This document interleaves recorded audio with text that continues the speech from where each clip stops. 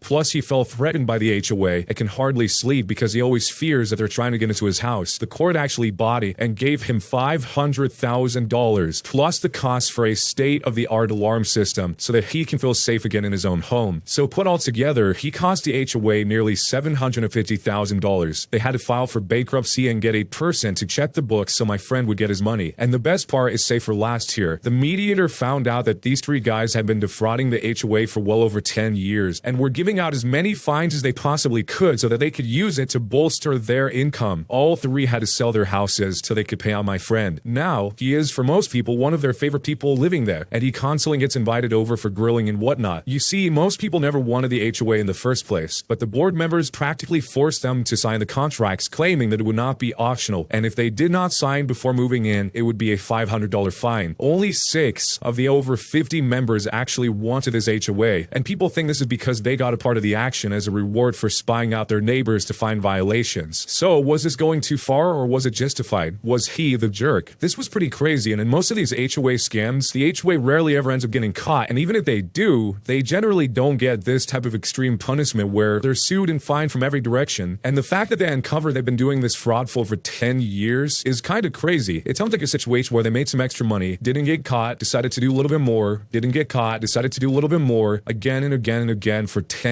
years, to the point where their greed just got out of control, and now that's their new normal. You've ever been in a situation like this? Feel free to submit your stories via the link in the description, but if not, how would you handle this? Let me know down below. When you subscribe, make sure to hit the bell to turn on notifications. To finish listening to all the stories in this series, use the playlist at the top of the description. And next time you live stream, use the Cream of the Crop music. Search for Cream of the Stream on Spotify or whatever music platform you use for copyright-free music to use for your stream. It's free, Cream of the Stream. Either way, thanks a lot for listening. I'll see you guys next time.